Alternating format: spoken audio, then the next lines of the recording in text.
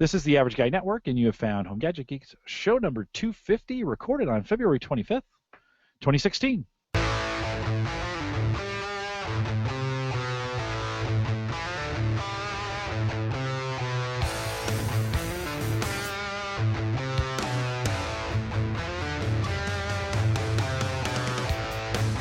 at Home Gadget Geeks, we cover all the favorite tech gadgets that find their way into your home. News, reviews, product updates, and conversation, all for the average tech guy. I'm your host, Jim Collison, broadcasting live from the AverageGuy.tv studios here in actually very beautiful Bellevue, Nebraska. We just continue, like I've said all the time, if this is global warming, I'm all for it, because usually this time of the year in Nebraska, not the best weather. And of course, we post the show with world-class show notes each week out at the AverageGuy.tv. Don't forget, you can also join us live on our new mobile app. Oh, it's hardly new. We've been doing it for about 6 months now. You can get easy access to the subscribe buttons out for both Android and iOS out at our site, Home Gadget Geeks, all one word, homegadgetgeeks.com. And we'd love to have you subscribe in that way. Of course, Home Gadget Geeks is the part of the Geeks Network. Find the links to this show and many other great podcasts out at the Geeks Network, all one word, thegeeksnetwork.com. All right. We are in and live, and appreciate you guys coming back for show number 250. And we want to bring. Let me introduce everybody, and then we'll kick it over to Mike here because we got to get caught up on his current medical condition. But of course, joining us back after surgery, ready to go, Mike Weger. Mike, how are you? Oh, it feels so good to be back behind a microphone. Let me tell you, that's the one thing I've missed in these 2 weeks. It's just been not being able to podcast, not being able to record, and so it feels good. Yeah, you admitted you were a little slow on the draw because of the pain meds, so we'll catch a little slack. It's not an internet lag. If you notice anything, the pain meds, I feel like I'm living life on about a 3 to 5 second delay, which makes school very interesting. Class is a lot more entertaining when you're on pain meds, so there's some perks there. But yeah, it's a little interesting. Well, I'm glad you're doing well. We'll come back to you here in just a second. And then back for his annual visit to Home Gadget Geeks, it's always good to have Chris Barnes on here from the End User. Chris, welcome back. Hey, it's been a little more than a year this time because I was flaky on email. So, well, we always try to get you in January, and I think both of us were pretty busy, and it just didn't work out that way. I did see you in early February. I got a chance to come out to the Washington D.C. area. Yeah, that was a great time. For a beer, and what's the name of that? The Tap House? Is that where you met? Yes, it was. You're close, but that's not quite it. Okay.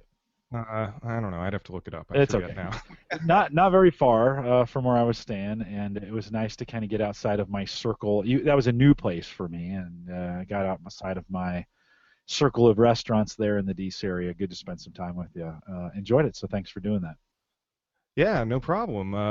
That place is fantastic, and it was good to see you in person. That was the first time I had seen you in person. So, isn't that funny?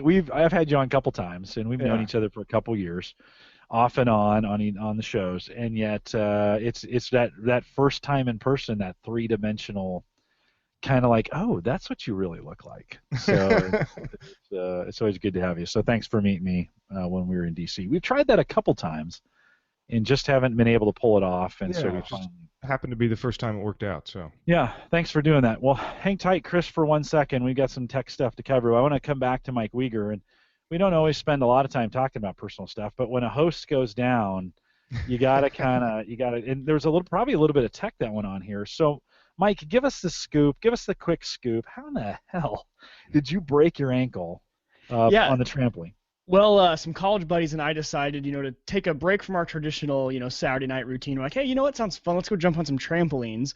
So there's a place called Sky Zone here, which is basically an entire warehouse, and the entire floor is like trampolines, and they have trampolines on the walls. You can like run, jump off, and stuff like that. So, of course, when you're with old friends, you're trying to outdo each other, and so we were trying to do tricks, and apparently like a turnaround 360 backflip off the sidewall is not as easy as it looks, and one foot landed on they have like these strips that run through the middle that are padding and not trampoline. One foot landed on that, and one went on the trampoline, and the one went on the trampoline buckled, and I dislocated it, broke 3 bones, and tore all the ligaments around the ankle with one fell swoop. So it was it was good. The funny part was that the entire place is managed by like 18, 19-year-olds, so they had no idea what to do. But luckily, I was with a med student friend of mine who's also a paramedic, and so he's like, "Hey, do you have a medic bag?" And they brought him over like some Band-Aids and stuff like that. He's like, "No, that's not going to work for this injury." So he grabbed some Ace bandage and a Valentino's pizza box and made a makeshift splint, just enough to get me to the ER, which the ER doc was actually very impressed with. He's like, "This is actually a really high-quality splint," and I was like, "Hey, all thanks to this guy." So this is actually a high-quality splint. yeah, he said it was actually one of the best he's seen, like a little makeshift splint that That's someone's ever hilarious. made. So it was good. So yeah, did that. Went to the ER that night, and they put me under to reset it because they said this is going to hurt a lot. So they reset it, and then went into the surgeon the next day, and he said we need to wait for the swelling to go down. So waited a few days, and then had surgery on it. They put in 1 plate and 10 bolts all up my leg because I broke my actual leg kind of in the middle, actually, near the middle, and then also the ankle stuff. So they screwed it all together. That was last week, and just been recovering ever since. It's been kind of a wild ride. This is only the second time I've ever broke a bone, and coincidentally, it's been with the same friend both times. So I don't know what that says about him. Maybe you should dump him as a friend. Yeah, every time he says try this, maybe I should stop trying it. So. Oh, did he say hold my beer and watch, or did you say right. hold my Yeah, beer and watch everyone this? has asked, hey, were you drinking while you did it? I went to law school, and the secretary of the law school asked, so were you drinking when you did it? Like and I was like, why does everyone keep asking? No, we weren't actually. Oh, We were, thank goodness actually, because that would have caused some problems in the ER if I had been. So. Yeah. No, I had the same thing happen years ago. I was walking on some ice and I slipped and my foot turned and my body kind of didn't, and then I went down on it and a spiral fracture up the bone, and they put a plate and 6 screws in it, and I ran 5 marathons on it. So they did a really nice job of putting my leg back together. And That you'll makes me be feel fine. good. Yeah, you'll be fine. They're so good at that now, and you'll feel it when it gets cold, and sometimes when the pressure changes quickly, I get some achiness in the bones. Yeah. But I am old too. You're young. So. Well, and that's what the surgeon said. He said because I'm young, it should be okay. A funny little tech side to this, though. Someone in the chat room asked what Hannah said. So Hannah, actually, I was supposed to be driving for Lyft this evening. She was out of town. She was in Minnesota and not with me, and she thought I was driving for Lyft. So she calls and texts me, probably right around the time I broke it. I don't respond for about 2 hours. And so she starts to get a little worried. So she uses Find My iPhone and notices that I'm at the hospital. And so she's out of town. I'm not answering my phone calls, and my phone says I'm at the hospital. And so she immediately calls me again, and luckily I would just fill out the paperwork to the ER. I have some time, so I answer, and she is just like assuming the worst, that I got in a car accident with Lyft and stuff like that. So she was pleased to hear that at least it was just an ankle and nothing worse. But that was the Find My iPhone thing. It's a good thing, but it can cause some undue worry sometimes, which is kind of funny there. Yeah, no, that would be. I mean, think about the technology that allows that to actually happen. Right. Where they can kind of track you down by location, and I would be freaking out. Like if I was trying to find Sarah and her phone showed up at the ER, then you're like, oh, great. Right. And the good news is she does PT, right? I mean, she's OT, yeah. She's OT, occupational therapist. Right? Yeah. So it's been fantastic having her. She's helped me. I mean, all the ways that you can like get into a shower, get around. I had no clue there was so many there's science behind this on how the easy ways to do it and the best ways to do it. So she's been helping me out there. She brought home some of the shower wipes for the days that I don't want to take a full shower. It's like these wipes that you can wipe all down with. It's kind of nice for that. So she's been just awesome. And then the doctor said it'll be nice having her for after I get this boot or this cast off. She can help with the rehab of the foot, getting it back to work and getting the ankle going again. So it'll be nice having her for rehab. Save some money maybe from going into the hospital. Yeah. No, it's. I didn't do rehab on mine. He was like, you can get therapy if you want, but basically move your ankle around, you'll be fine. And I have a secret. I've been walking on it for like 3 weeks with the cast. Oh, jeez. And so it was pretty much already rehabbed, But did you get some gear? I mean, it used to just be crutches. What kind of gear do you get? So that's what it started out with. From the night of the ER until the surgery, I was on crutches, and they were fine. And I had used crutches the first time I broke my leg as a freshman in college, but oh man, they just start to hurt and everything. So the nurse calls me the day before the surgery. She's running me through all the stuff, how it's happening, and if I have any questions about how the whole procedure is going to go. And she says, hey, by the way, you need to get a scooter. And I had heard about it. Hannah had suggested it. My mom had heard about it. But it's basically just a regular little scooter. I have it here, and just you have space for one knee. So you plant one knee, the leg that's broken, and then you can scoot around. I am like 10 times faster on this thing than I am normally. And for getting around law school, work, and everything, it's like the most. I would pay like $1 million for this thing right now. It's the best, and just saves your armpits and your arms from you should all keep the it. soreness. Oh yeah, right. They are super expensive. So you end up renting it from like You're Kohl's renting here. Yeah. I was gonna say you're probably renting it. Yep. So I'll have this thing for 6 to 8 weeks. 'Cause that's how long it's non-weight bearing, and then after that we'll be hopefully I'll be up in time to walk for graduation. That's the entire goal. Yeah, you should be fine. Yep. What are they anticipating? How many weeks in the cast, and then do Well, they have to pull anything out when they're done? There's one screw that he put in that he said might come out in about 5 months. But in this, I'm in a hard cast now, and he's actually taking me out of that next Friday because I'm going on vacation. I'm actually going on a ski trip. It's not going to be much skiing for me. But drink wine in the lodge, my friend. Exactly. Lots So of he wine wanted me in a lodge. boot for that because of the elevation, how much it's going to expand and stuff, and then I can at least take it off. So they're going to take the stitches out, put me in the boot, but still no weight bearing for 6 to 8. Oh. So. But I'll be able to take it off and take a shower without having to worry about getting it wet, which will be the best part. We were talking about pain meds in the pre-show, and at least stay on those pain meds until after they take the stitches out. That. Oh, is really? the That's most- good to know. Oh my gosh! Well, they had to adjust my foot. He wanted it in a certain, it had slid a little bit down in the cast, and so after the surgical cast, they put it in the cast I'd have for the next 8 weeks, and he's like, okay, this is going to hurt really bad. Just clinch. And I was like, and oh my God, I cried. It hurts so bad. And so keep the pain meds around. Stay ahead on those pain meds. Yep, I'm going to save some of them, maybe do some extra ones before that meeting or for that appointment next Friday. Chris, have you done any kind of damage like that to yourself in the past, or is this all new territory? So I've yet to break a bone, so I've got that going for me. But I tore my ACL twice in high school. When I was about because 17. you were kind of an athlete, right? You played. Yeah, I was a soccer player, right. And played for 3 teams, including the high school team. And yeah, so I tore my ACL playing indoor soccer during the winter time, and rehabbed from that. And then about a year later, I tore the same one again, and that surgery was pretty brutal. I gotta say. I was curious because I kind of took that moment and talked to the doctor and got the gruesome details about what exactly they were doing to my knee when they went in there with the scope to replace my ACL. And I don't know if I'll go into the full description here on the air, but I thought it was really interesting. The amount of technology that we have to fix something like that is just totally incredible, and what they're able to do with that stuff is just mind-boggling. And I'm pretty sure that procedure's been around for a long time to fix an ACL, but it just blew my mind what they're able to do. Yeah, and they're so good at it. I mean, it used to be that would put you out. And now they can repair it in 3 months, have you kind of back moving again fairly well. And the rehab has gotten pretty good. When I had my surgery, it's funny, as they were putting me under, I said, I could see him pulling tools out, and they were like Black & Decker tools, and I was like, what? And he actually showed me they have a surgical router that they use. And for mine, they actually routed a section out of my bone to put the plate inside. They didn't want that plate sitting on the outside of the bone. Sure. So he routed out a section of the bone and put the plate inside it and then screwed those in. And you would think, these would be like stainless steel tools. No, they're medical grade, but they kind of look like the really expensive ones you'd buy at, Lowe's or Home Depot or something like that. And that's all I remember. Then I was under.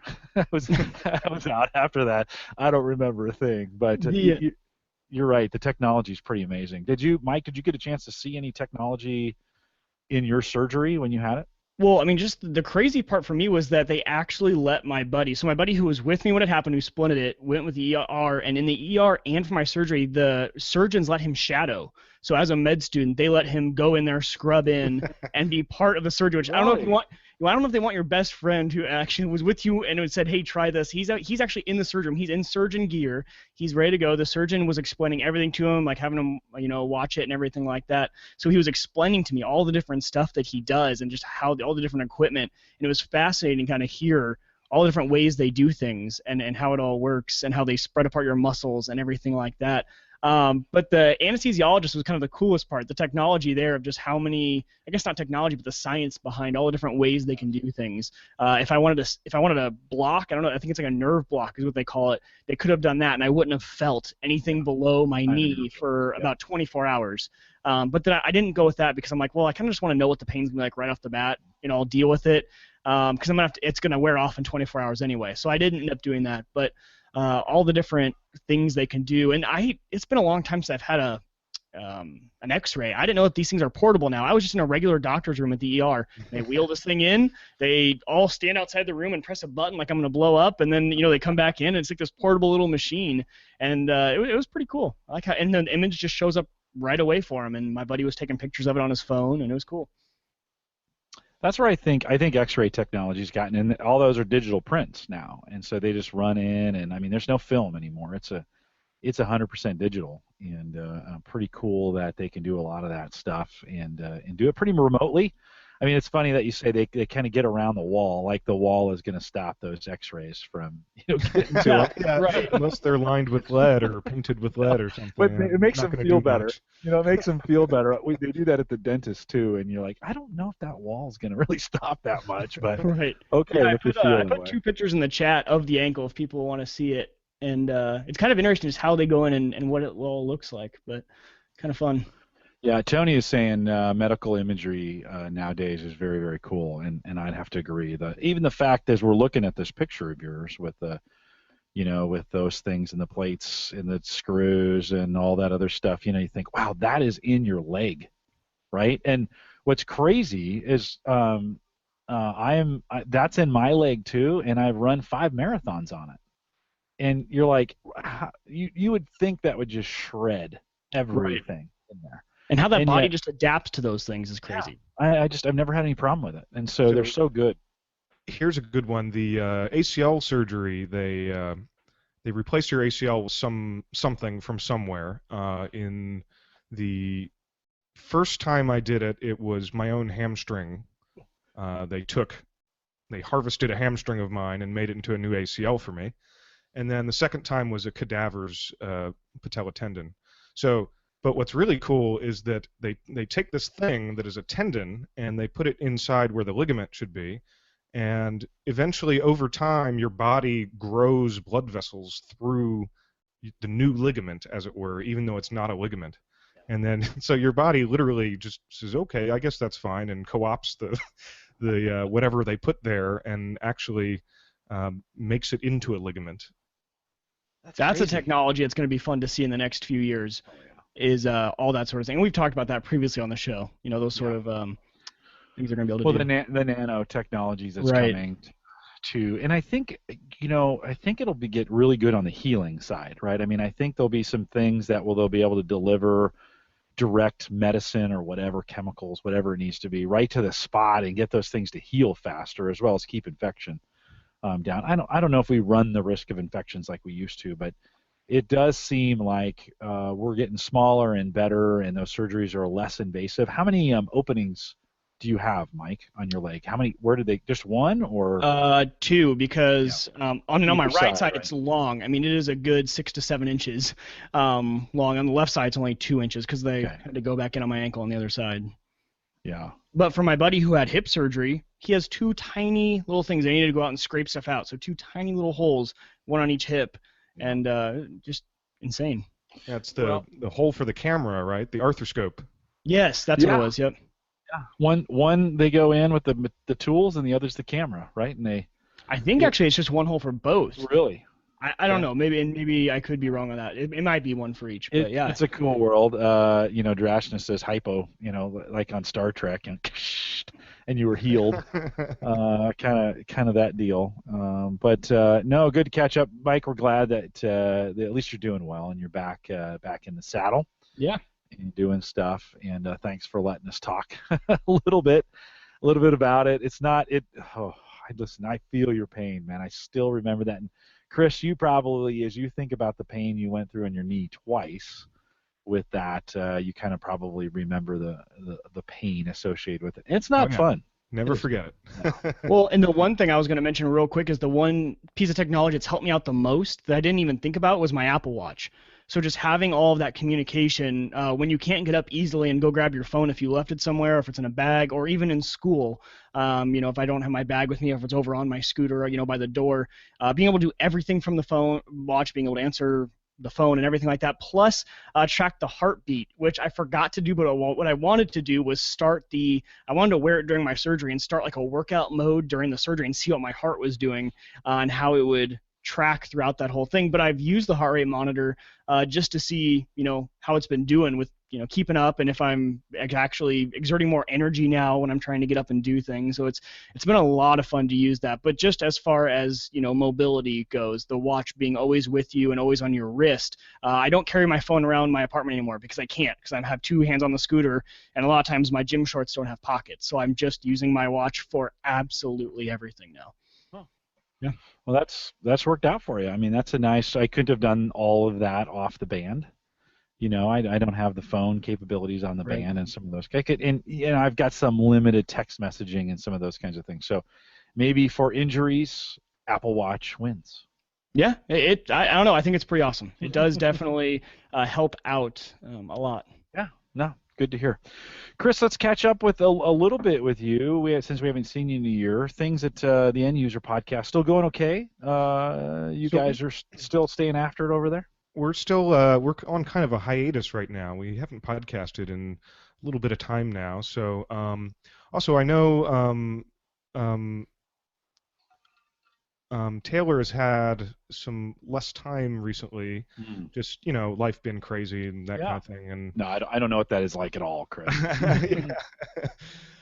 So the silly thing is that we're both neither of us have kids or anything, and I look around the room and all the podcasters that I see also have kids and all these responsibilities that I don't have, so I feel a little goofy saying that kind of thing. But no, I never feel that way.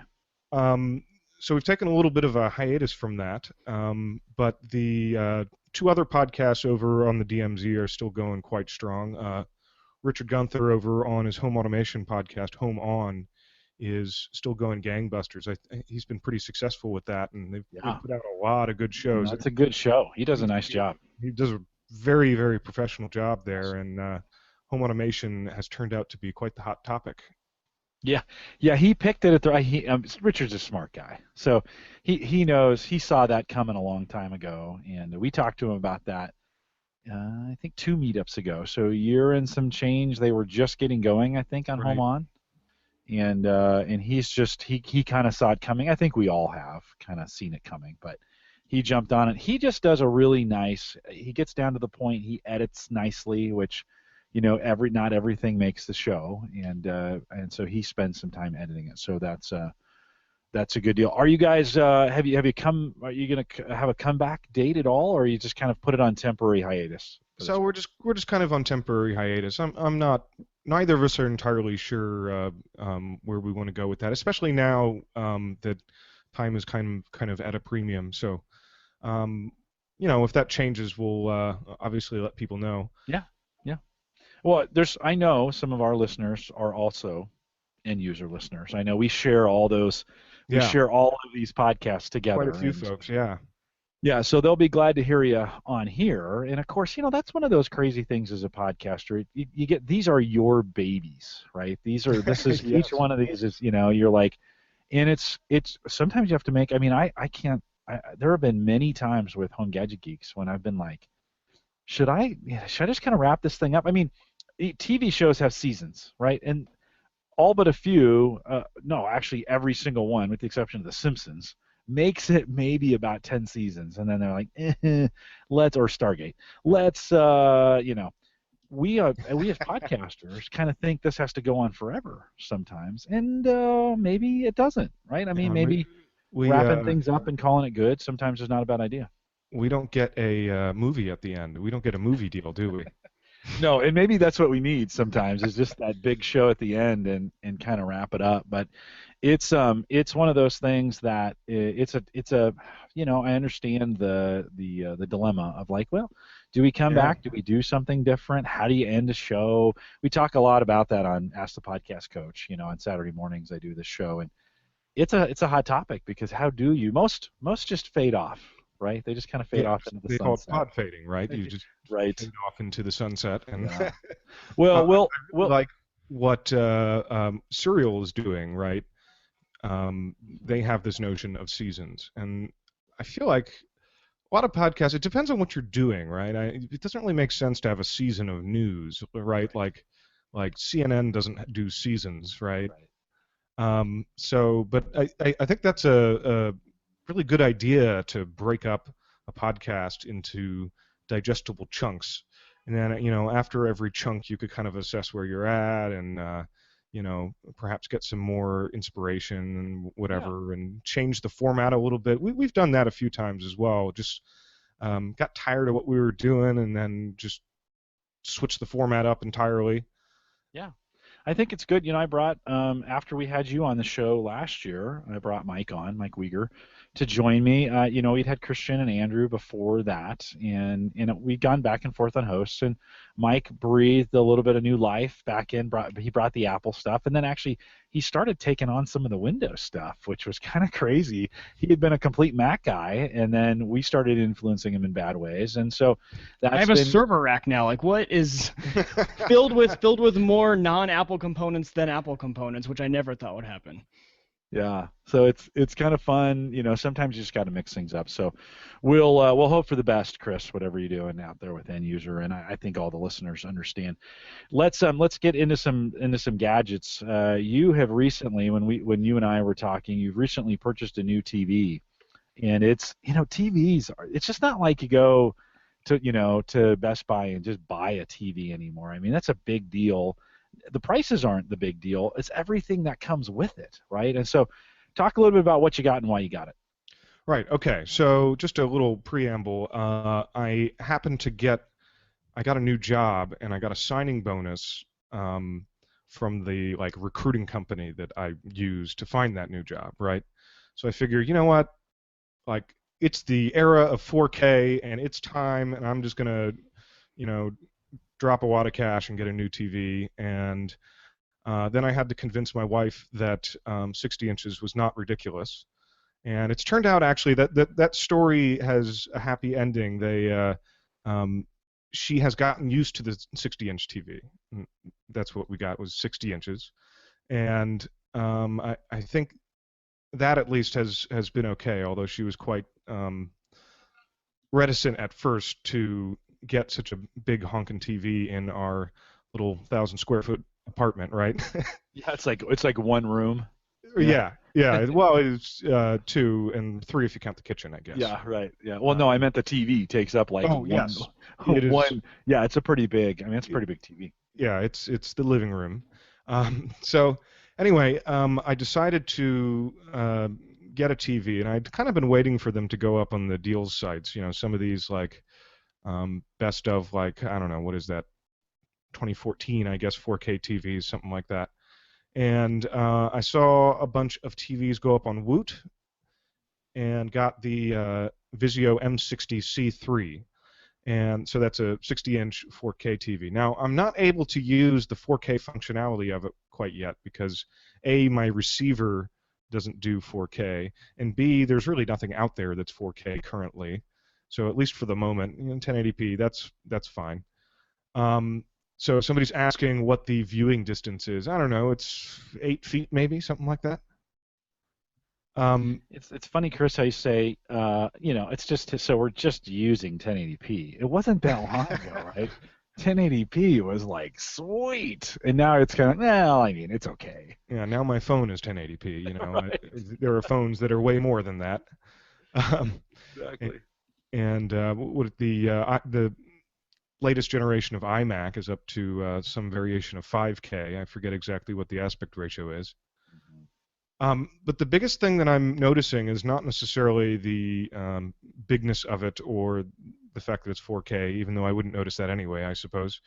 it's just the actual like colors and the picture quality of the TV itself just totally blows the pants off of my old Samsung TV, and that was also 1080p, although it was 42 inches, I believe.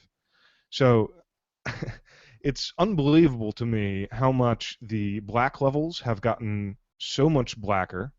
It's unbelievable to me the uh, how much the color has gotten better, and just you take the exact same source and you put it on the new TV, and it looks amazing compared to the old TV. So the we were watching the thing that hit me about the black levels was we were watching the Hunger Games, the second movie, and which is fantastic, by the way. It is a good one. Sorry, third movie. Yeah, the third one's a good one. Yeah. The first two, okay, I enjoyed it. It was entertaining enough, but boy, that third one really was something special, I think. But so there's one scene in there where they're going down into a dark place through a stairwell, and there's a light flickering. And we were watching this in total darkness, and when the lights went off in the movie, the room just went black. And it's just like, it's alarming, and it's supposed to be alarming. It's kind of a tool of the film to be alarming that this light is flickering and that it's going between extreme brightness and extreme darkness, and you get this kind of stutter thing going on. And it was kind of a tool of the cinema, right? And I think had I watched that on the old Samsung television, it goes black, and it's kind of this vaguely bright black on the screen. Yeah, it's like the most light you've ever seen in blackness. It's right. The weird thing, right? The room goes dark, the screen goes black, but you can still see the outline of the TV pretty clearly. Yeah. Because it's this light black. It's really weird. I've experienced that before. But you're saying 4K black. I mean, like, room goes black. You and I were talking about this when I met with you. Room goes dark, you can't see the TV anymore, right? Right. I mean, it's gone. Yeah, which is spooky. Yeah. That's why I said, it's alarming. Yeah. It's like, whoa, okay, I didn't know that, would happen. And of course, this was on Blu-ray too, so that probably helped matters a little bit. So, I'm not sure if it would be the same. I think that movie may be on Netflix. Maybe I should go do a little comparison. And so that was just alarming, and I had to take a step back and say, oh, great, that is you got your wonderful. money's worth. Yeah, you got your money's worth on that one. Have you watched Interstellar on it yet? No, I haven't watched Interstellar at all. Actually, that is something I need to watch. You do. They've got some pretty amazing cinematography in Interstellar. Absolutely incredible.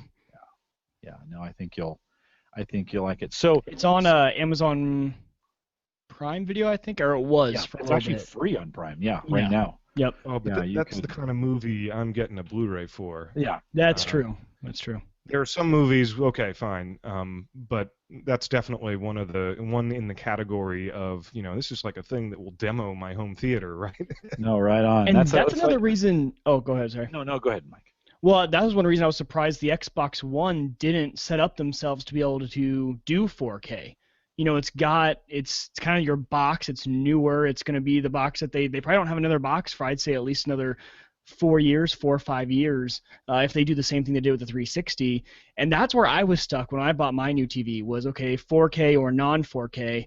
And we ended up not going 4K because probably in the next few years when we get a house, we'll want another TV anyway, and maybe we'll have a device that could actually output 4K, because I guess you could put your computer next to one of these if you wanted to, or if you could put a laptop by it if you could output 4K like with Thunderbolt or something like that. But besides that, I didn't have anything. But I didn't even think about all the things you're bringing up with the color. So do you think it's still worth it going with that 4K for the color improvements?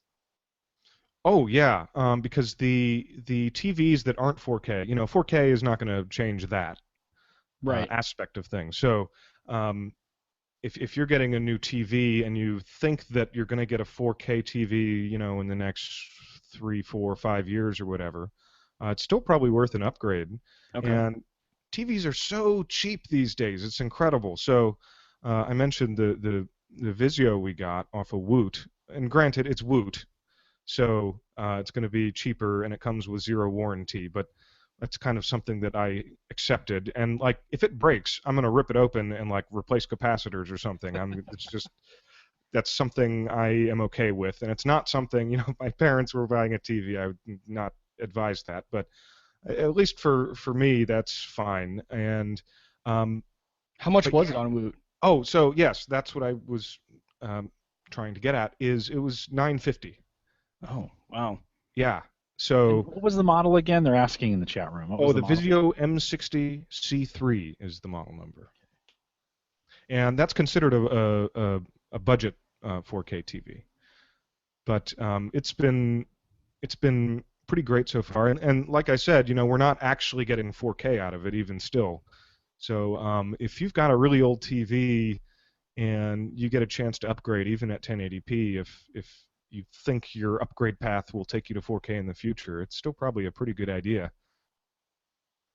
Yeah, Mark dropped a link to it out there in the chat. Let's take a peek at it here. Maybe I can. Here, tell you what I'll do. Since we're talking about it, let me screen share. I'll see if I can bring this up so we can take a peek. It might take a second for that to pop up. Let's share that. Oh, I get a 5% off coupon if I There you go. if I share that. Let's throw this. We'll throw that up there. Is that the 2015 M series that I'm showing on the screen, Chris? Do we have the right one? Let's see. Yes, that's the one. Okay, that's one. Now this one, so that's a good price. I mean, you've got 1200. 250 off because you got it for $950, right? Right. Yeah. So that we'll give you a front view on it. Have you used many of the apps then that are associated with the TV, or are you using something else to feed it? I wish I could get rid of them. Okay. So we have the media center. We've talked about this on the podcast before. We've got a dedicated home theater PC that sits underneath the TV, and a receiver for the surround sound system, and there's a Chromecast plugged into the receiver as well. But I really those apps are so slow and painful to use, and they really don't add much value if you already have things that achieve the same end. So I haven't really gotten any use out of the apps. In fact, I wish they'd go away, and I wish that it would just uninstall them. Yeah, just a dumb monitor. That would be Right. the absolute ideal thing. It looks like it has a pretty serious remote. I mean, I'm looking at this remote that's on there. So front and back side with a full keyboard on the back. Is that Yeah, right? so we actually don't use the remote because we use a Logitech Harmony universal remote to turn the whole system on and off. And also, the Logitech ties into SmartThings, so if I forget to turn the TV off when I leave, it'll turn itself off. Nice. Nicely done. Anything else besides the color surprise you when you got it from a usage standpoint? So I wasn't surprised, but my wife was surprised that she got used to a TV that large coming from the 42-inch TV. And did you mount it on the wall, or is it sitting on a? No, it's sitting on a stand on top of our we have like a cabinet with a receiver and everything in there. No, that's really nice. Wow, And then very cool. the legs sit out like kind of like a tripod, so it's really stable. We don't have to worry about people or the cats knocking it over or anything like that. Yeah, they make they make these straps that you can, they'll strap them down and you can screw them into the back of the stand just so kids or pets or whatever don't push the TV over. So Jim, I wanted to bring up, we did a show with Rob H. from AVR Rant podcast on the End User a while back, and we did a whole show about whether it makes sense to buy a 4K TV right now, and he was also on Entertainment 2.0 over at the DMZ. So if you want a little bit more of that, it's got 2 pretty good podcasts over there with him. Or sorry, AV Rant, not AVR Rant. That's not Robert Heron, is it? No. Okay. A different Rob H. Okay. anyway, he's a character, and he really, really knows his stuff. And if you're into home theater, then AV Rant is great. Oh, very cool. And that would be, let me look, I'm looking right now. That was 201, I want to say, for you guys, right, on end user when you had them. Is that right? Yes, that sounds about right. Okay. If you go back to end user, if you just go to the digitalmediazone.com/podcast/the end user, I'm sure there's an easier way to get to that. Can I go to the enduser.com? I always forget your address. You sure can. Yeah, we set up a redirect for that. Okay. Perfect. And look for 201 if you're interested in doing that. Chris, I got to admit, from a TV, I bought a Samsung 37 or 40-inch TV. I can't remember. A couple years back. We probably had it 5 or 6 years. Still works pretty great. It's one of those kinds of things that for what we use it for, it works awesome. I think I will probably wait until, for me, in my case, I'll wait for the 4. If we're going to go 4K, I'll wait till there's more services. Definitely. Kind of offering 4K and have it kind of make sense. That's kind of where I'm at. Don't you think? For most people, if they've got a TV that's 5, 6, 7 years old or newer, they're probably okay. Yeah, well, at that size, I don't think 4K, depending, you're not like staring at it like a smartphone, right next to your head or anything. In fact, I 1080p may not even make sense for that size, right? But what I feel like 4K allows you to do is, given the same viewing distance that you have, it allows you to get a larger screen, in that you can tell the difference between 1080p and 4K depending on your distance from the screen and also the size of the screen. So depending on those variables, maybe even 720p would be okay, right? Mm-hmm. The one thing I did, and I think a lot of different devices offer this, but I'd never actually done it, was on the Xbox One. There was something called, your HD calibration. I was like, okay, like what's really going to be the difference on my TV? Because we just got the brand new TV, and it's got a ton of features. So I'm like, okay, let's check this thing out. So what it is you pop it up, and on the screen of the Xbox, it's saying, okay, go on your TV settings. So you got your TV remote, go to this, and you should be able to, and it's showing you images of what you should be able to see. So turn it until this turns whatever, turn this down to this setting, and it's a really long process. I mean, it took me about 25 minutes, but at the end of it, it was spectacular. And kind of the thing I noticed was that at night my eyes aren't as strained anymore. A lot of it was, the whites down and stuff like that. Yeah, but it got a lot more vivid, and I had no idea going through that calibration process how really different your image can look on your TV if you don't have your settings set correctly for whatever device you're using or for whatever you're watching. So that calibration process, at least on the Xbox One, the way they do the walkthrough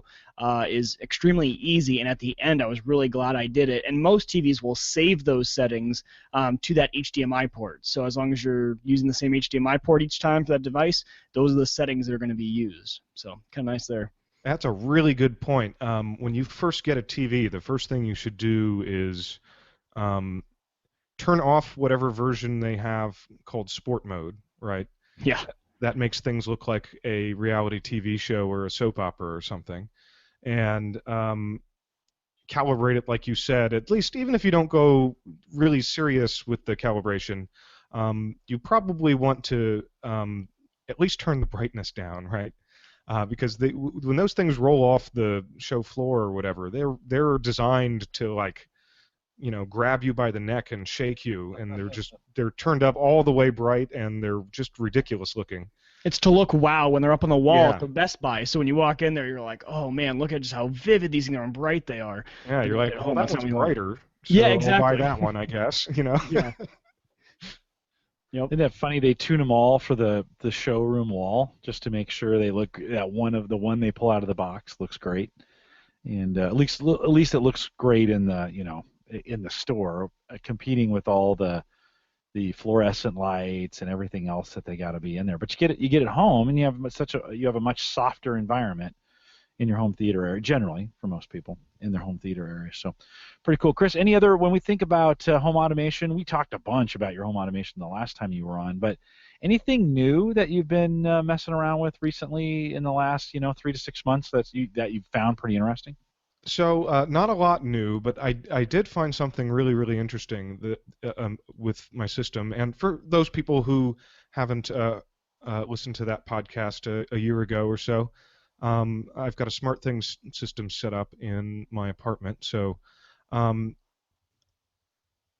I've got nearly all the lights automated at very least, and a couple other things. Like I mentioned, the Logitech Harmony integration, which didn't exist last year. That's relatively new, so that's pretty cool to have. Again, so I can leave the TV on and I can leave the lights on and I can leave and it will turn them off for me, and I just kind of don't have to worry about it. Um, and then Is that using proximity, or how are you? so it's the How are you? Harmony. So The the Harmony has an infrared blaster on it to achieve its universalness, its universality, I guess would be the word. Nice. Um, and so since it has that little IR blaster on it, it has the ability to turn on you hit one button that says watch Right. TV, it turns on the receiver and the TV and tunes them to the right HDMI inputs and that kind of thing. So, but as a consequence of it being an IR blaster and being on Wi-Fi, means that there's no reason you couldn't hook it into an automation system. Right. And it just so happens that it hooks into SmartThings now. And I'm not sure about some of the other systems, but there's no reason that somebody couldn't build some kind of adapter for that device, right? Well, but when you leave, and how does it know you're gone to shut all the lights off after you've left? So What are you using? it keeps track of your smartphones. So if my wife and I both leave, it knows shut everything down. The Harmony remote is the one that's keeping track of your No, the SmartThings system. SmartThings hub. So, okay. Right. So you have Okay. the app on your phone, and it follows you around and knows where you're Right. at. So when I come in the house, I don't turn the lights on; they're already on. When I leave the house, I don't turn them off. I just leave. Sometimes you walk by the front door and then go psych, and then just keep. Well, it's using GPS to do that, and you can actually set a fence of like up to a mile or something, depending on what your particular situation is. So even if I were to try to fake it out, it's GPS. It would know exactly where I'm at. So in your setting, like as soon as you leave, they just go off, and then it's you get a certain distance to the house. I assume you're not turning them all on when you're coming in, but are you turning them all off when you leave? Yes. Okay. So I'm turning them on, at least the living room lights, and here's a key, only if it's after sunset. Right? 'Cause Right. if you come home at noon, you don't want them to turn on. That would be Right. ridiculous. Right.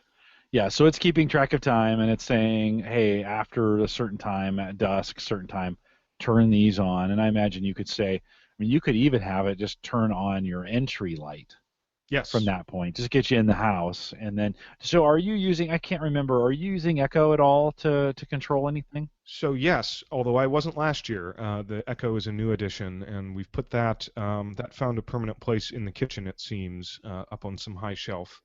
And you can just kind of scream out into the darkness, and it will it will answer you, right?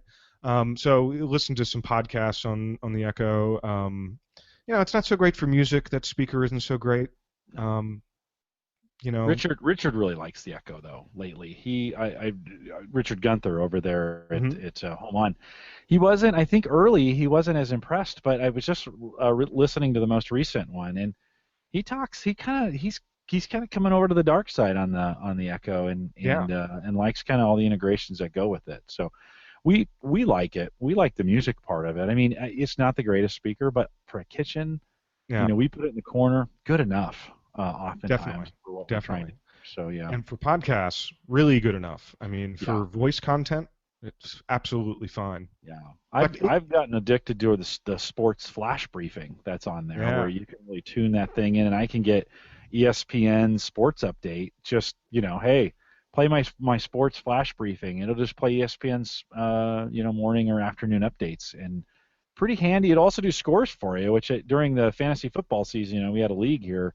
Really helpful to be able to kind of keep track of what's going on. Just ask it, and it will tell you the scores. So it's pretty cool. Yeah, or we'll be watching football or something, and you'll say, boy, that guy's really tall, and then you say, Alexa, how tall is Brock Osweiler, right? And it'll say, oh, he's 6'7", and just little stuff like that. I think of it like it's the Star Trek computer, right? You're in a room, and there's some omnipresent robot of some kind listening to your every word and can answer whatever question. Well, not whatever question, but many certain types of factual questions that you may or may not have. There's still some queries that are pretty weak, Yeah. on it. But and Mike, I don't know about you, but we call her Lexi when we're talking about her, Oh yeah, and I we shouldn't don't say want her that. to respond. I shouldn't say that on a podcast, should I? I should say the Echo. Right. Have you guys noticed though that when you're so all the Amazon commercials for the Echo have come on, I turn immediately to because my TV is almost right by my Echo. She'll initiate, but I think they've programmed her to ignore the commercial because she'll initiate and then as soon as maybe a second goes by, the blue light will turn off. So she'll go away. So it used to be a problem when their very first commercials came out before Christmas time when they were trying to sell them. It would activate mine every single time. And now, I mean, that commercial is on, and we watch Hulu Plus, and it's one of the most common commercials on Hulu, and they've seemed to work out the bug. Yeah, that's cool. We just call her Lexi. So Sarah will say, "Hey, can you tell Lexi to add whatever?" She'll be in another room, and I'll walk by and say, "Hey, Alexa, add this to the shopping list." And Chris, have you used any if this and that on there's been a ton of recipes that have come up here in the last couple months. No, I haven't really gotten into it yet. The Echo does have SmartThings integration now. You used to have to use if this then that with SmartThings, but it has direct integration now, so you don't have to. Yeah, it's I haven't either, and I'm a big if this then that guy. I just haven't had a need yet. Yeah, I guess you can tweet from it and stuff like that. I probably could, although I've got other ways of doing that. I'll be honest, my wife uses that thing more than I do. She just loves that thing, and shopping list and to do, and whenever we run out of something, Alexa, add this to the shopping list, and she'll pull up her Amazon app when we're out shopping and say, okay, what do we need? Here is a killer feature that people might not be using for the Echo is converting cooking measurements. Killer. That's our favorite one. Yeah, you just all the time. Ask her how many milliliters is 2 cups, and now and you don't have to put down whatever you're carrying. You don't have to take out your phone. It's beautiful. That is just, it's such a little tiny thing of the vast array of things that it can do, but man, that's killer. Yeah, I've started to use those a lot more now with, not being able to move around. Because with the between the Xbox, I can turn it to turn on my TV, I can tell it what channel to turn to, and then I yell over to Alexa to turn on the lights. I really can just come in, plop down on the couch, and be good to go. And it's like my ultimate dream. So you don't realize it enough, though, until the remote's over there, but I can't really get over there that quickly. And you know what? I don't need the remote. I can just have the Xbox do it or have Amazon do it. Mike, I gained a lot of weight when I broke my leg. I'm just going to tell you. I gained a lot of weight. Hannah and I were so the day before was when we got really back into our workout. We were going to do a 24-day challenge through the Advocare stuff, and a lot of people were commenting, was like, oh, Mike, was this your way of getting out of doing the challenge with Hannah? But the good thing about her doing the challenge still is that she's cooking all the healthy food. So I'm not eating bad. So at least, I'm taking care of that side of things. But yeah, you're right. It's be pretty easy to gain some weight because I don't move at all. It is. One of the things I did with the Echo is I started over at the at Know It Guy. So just go Know It, KNOWIT guy.com. We have an Alexa, or I have a Amazon Echo Know It guide that's out there. And what I've been doing, Chris, is taking all the emails we get on Fridays. If you're an Amazon user, you get a Friday update, and I just put them there. And it's really because there's so much information coming out about this. One of the fun things, when we just think about the fun things that have come on the Echo, and just in the last couple weeks, is they have what's called the Rhyme Zone now that you can enable through the app, and you can say, Alexa, ask Rhyme Zone what rhymes with banana, and she'll come back with all the words that rhymes with banana. So if you wanted to, again, these are kind of learning games. They're going to get better as they go along, but that's one of the things you can do. And then you can ask baby names. Ask baby names about popular names in the United States going back to the 1880s. If you enable that, you can say, what was the most popular baby names in the United States in 1997? And it will pull those names back for you. So, just two examples. Well, I don't think we ever talked about on the show that they're going to release the portable version of the Echo. maybe because it's not out yet, but that was big news back in January that there's going to be a whole nother version of this. And so that's exciting too, because I've seen the news. I'm sure you've been really busy updating that guide, because lately the news has been coming faster and Yeah, a lot, faster yeah. than it was last fall, especially with like the Spotify integration and all that stuff around that time. And then now that they're going to release a whole new version of this, it shows the reason I like that is because it shows they're actually dedicated to this product and it's doing well. They're spending a lot more money on advertising, and so I'm glad it wasn't just a kind of one and done kind of, hey, let's see how this goes, and then they ditched the product. So they're actually moving forward with it. Well, we saw some. I'm a part of a couple Facebook groups that are dedicated to the Echo, and lately there's been some battery packs that have come out for these versions where you can plug that. It's a battery base, Oh, and nice. you can plug it in. So if you want to move it around and make it portable, you can do that. So there's some retrofit battery packs that are coming out for the Echo. So kind of a cool idea. Surprisingly, people wanted to pick up the Echo and take it with them, right? It was one of those kinds of things, hey, I've only got one. I want to move it from the kitchen to the living room, or I want to take it into the bedroom, or don't take it into the bathroom, okay? Don't do that. Yeah, that's weird. But that's okay. But the only reason I've thought of that is because I need a speaker and I want to listen to my flash briefing while I'm showering. We'll say showering. Good call. Yeah, or shaving while I'm shaving. But that's the time where I want it. Yeah, I think if we could get it, I don't think we're too far away where we can get remote speakers, and those remote speakers wouldn't be the full hardware. They would just be able to hear you and then send information to that speaker, right? So you could you have a remote speaker in your bedroom and one in your bathroom, one in the living room, and then we do get to the Star Trek model where you're just anywhere in the house and you say, Alexa, right? And that remote microphone and speaker pick it up for you. We've definitely triggered the Alexa at least 3 or 4 times now for people. So sorry about that. Yes, if you were listening to this on your Alexa, on your Echo, sorry, on your Echo, we apologize for that. So, Chris, anything else as we think about stuff you've been working on? I know you changed jobs, and we talked a little bit about that when I was there, and congratulations on that. But any other thank you. Technology you've been working on, or anything cool that you want to highlight before we? God, an hour goes fast. It really does, doesn't it? Yeah. So I wanted to get to one little mention about SmartThings, or another mention about SmartThings. I was really impressed recently with. So we didn't know that in the closet over here to my left, screen right, that you can't see it anyway, but that closet actually has a light bulb in there, and we had no idea because the pull string was off. It was like just completely broken off. It was like 2 inches long or something. Right. So we just, ever since we moved into this apartment, we had no idea that there was even a light in the closet. So I thought, well, instead of replacing the pull string, I'll put a connected light bulb in there, and we'll be able to control it in some way. And preferably when the doors open, there's 2 doors to that shared closet. Then the light would turn on when you open the door. So I got a Cree connected bulb and put it in there. I've got a couple other Cree connected bulbs around the apartment. They're really, really cheap, comparatively at least, light bulbs that are connected via Zigbee, and they can connect to SmartThings or whatever home automation system you've got. What's cheap, Chris?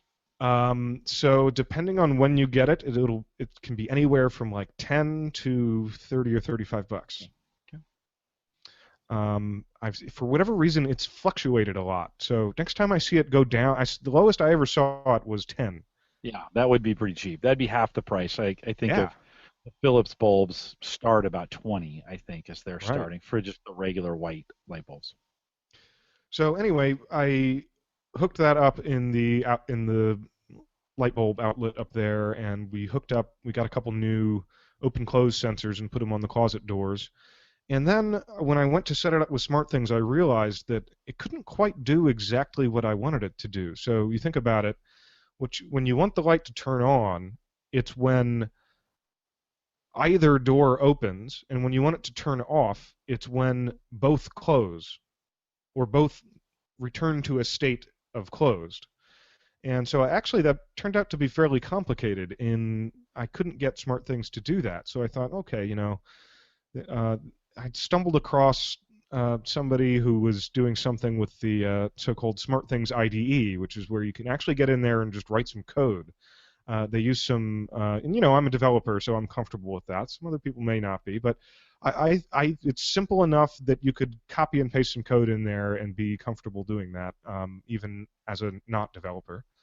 But so they use a scripting language called Groovy, and you can write custom drivers for device types that SmartThings doesn't support, and then you can get it to work. But for this particular situation, I realized, oh, you know, I could just write a little function that had exactly the logic that I just said in it, and it would be perfect. So I just opened the little text editor they gave you, and you know, wrote 6 lines of code or whatever it was to control the light, and that worked.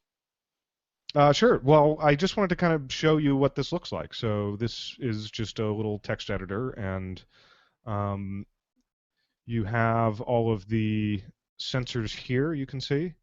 So that's the first door and the second door. So this is actually running on the SmartThings hub, you know, right now. So I better not change anything.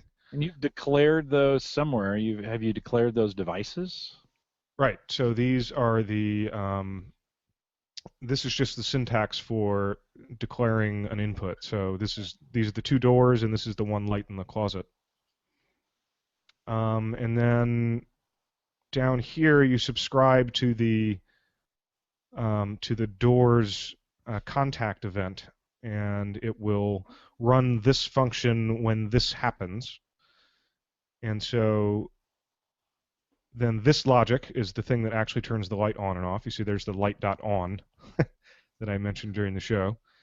And so when the first door event happens, this function gets run, and it runs this logic. And when the second door happens, then it runs this little bit of logic. So that's it. That was my quick hack to make that work like it should work. So at least for the moment, I'm really impressed that I could just get in there and write, you know, an arbitrary function and if statement to control things around the house. That's kind of incredible, and I didn't know that it would be. So I had some notion that you could do it somehow, but boy, I didn't know it would be that easy. Do you have to plug in? So do you have to pull down the SmartThings device? No. Plug. How does that work? So it's on like smartthings.com, and you go there, and they have an editor for you in the web browser. So you don't need to install anything. You don't need to take the hub offline. You don't need to do anything like that. You just go up there and you write the code there. And then they also have an integrated testing system, so you can set the house into some state that you'd like it to react to, and it would say, oh, if this were real, these things would happen, and they show you like, oh, this light would turn on and this thing would happen. So you can test it without actually, you know, flashing the lights on and off in the house. Yeah. Okay, what's going on? So did you use the sensors on the door then? And yes. So if both sensors are 0, if the equation, I mean, it's as simple as if the equation equals 0, really simple, then turn the lights off. If it's anything above 0, turn the lights on, right? That's kind of it's either 1 or 2, right, if the sensors are open. I know it's probably a little, in the code, maybe it's a little more difficult than that, but maybe not. Surprisingly easy. You say something like, you know, light bulb equals this other thing from whatever the system is, and then you say light bulb dot on, and that's it. That's how you turn a light on programmatically with SmartThings. Is there some helps out there? I mean, did you watch a video at all, or what got you up to speed to be able to? There's a bunch of folks in the forums that are doing complicated stuff like writing custom drivers. For SmartThings forums? Yeah.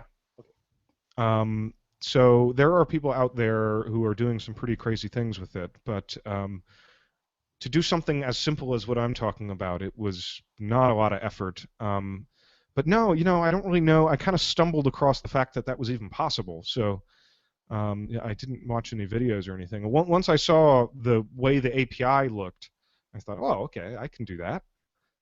That's easy.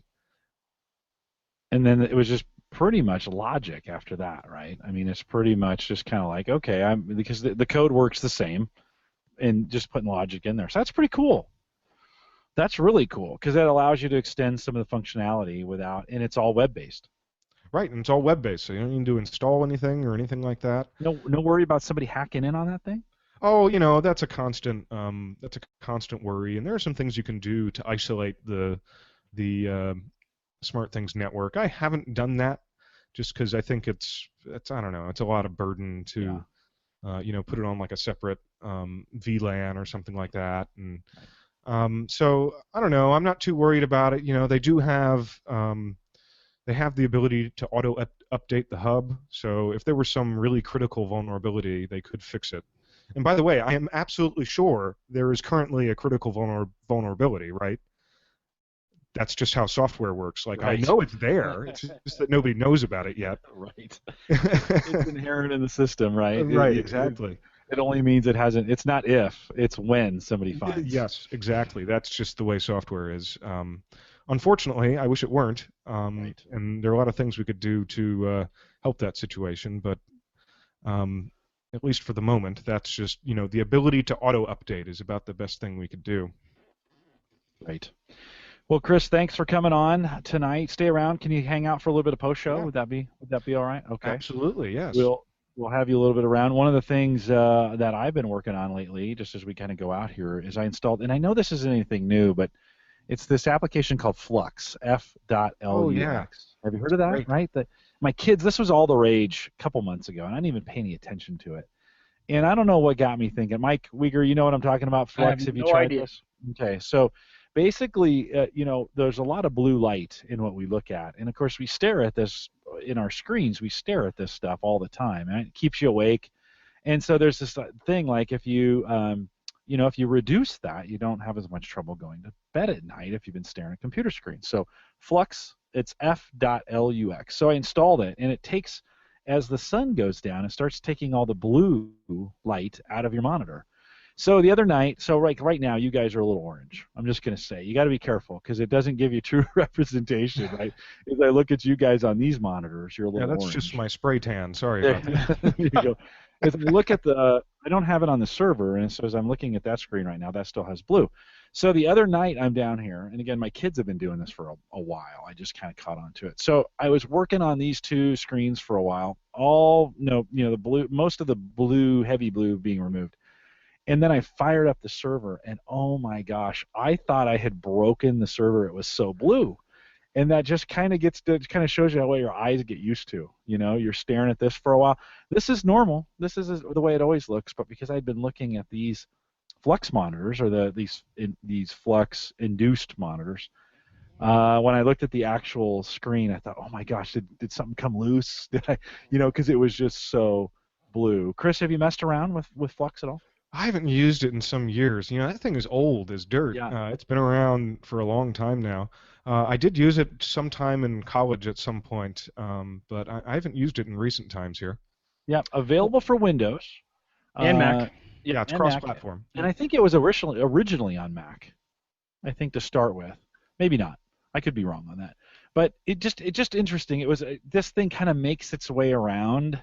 It's popular for a while, and then it kind of hides for a while, and then it kind of comes back. Mike, you're shaking your head now. You recognize what I'm talking about. Well, yeah, because this is a big trend. We just talked about it on Open Mic Night because Apple is integrating this with their iOS phones in the next update. You're going to have night mode, which is the same sort of thing, turning those blues down as you get closer. So you're right. These things come in waves, and they come back as a trend, and all the companies, I'm sure it'll be standard across the board now for that just to be kind of how all the software works. I'm sure we'll see it on Android and Windows Phone too.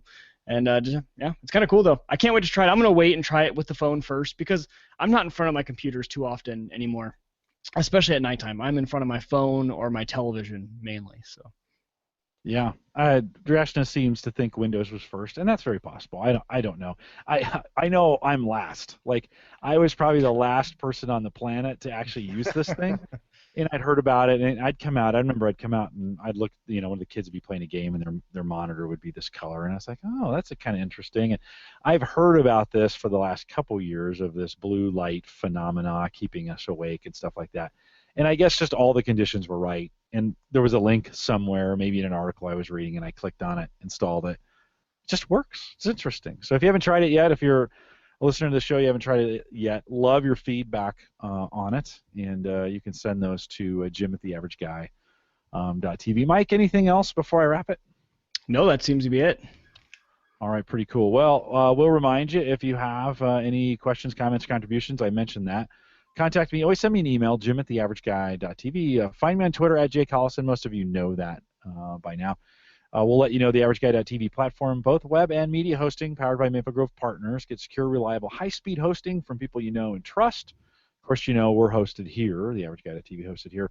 MapleGrovePartners.com. Christian's got some good $10 plans if you're interested in hosting.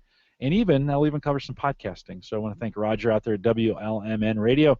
We are live every day of the week, Monday through Friday, 9 a.m. Eastern out of WLMN Radio Terrestrial, broadcasting across Grafton, West Virginia. So if you want to, again, Grafton, West Virginia, we want to hear from you. Send us an email, jim@theaverageguy.tv.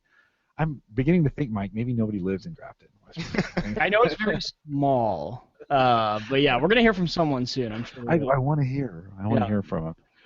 Just a reminder, you can also listen to Home Gadget Geeks on the new Android and iPhone app. It's hardly new. We've had it about 6 months now. Both live and recorded versions, all in a single app. Search Home Gadget Geeks in the Play or iTunes, or in the Play Store or in the iTunes App Store. It's free. It's super cool. It's the best way to listen to Home Gadget Geeks on the road if you want to listen to us live. Maybe I know Kevin sometimes comes in from the airport. It's a great way to do it. Streaming. I do need to check. I was going to check on my flight the last time if it allowed you to listen to that on some of the planes. Block streaming now, so I still have to check that out. But we want to thank LastPass for their sponsorship of that mobile app, and check it out, homegadgetgeeks.com. Thanks to everybody using the Amazon Average Guy Tech Scholarship Fund, and we actually got Kyle his baby monitor. Lopt, I know you're out there. I need a parts list from you, my man. And we, Kyle, I have actually a post on a high-tech baby monitor, screen, camera, all that stuff coming out here shortly. I think I'll be posting it this weekend. So when you use the Average Guy Tech Scholarship Fund or the Amazon affiliate link, theaverageguy.tv/Amazon, we do things like that. Why buy stuff for you? You can test it. You write it up, or come on the show and talk about it, and then you get to keep it. So that's what we do there. Kyle, congratulations, by the way. I've seen a few pictures with him on Facebook. And his new baby is doing well, and Lopta, hopefully yours is doing the same. We are live every Thursday, 8 p.m. Central, 9 Eastern, out here at theaverageguy.tv/live. And with that, we'll say goodnight, everybody.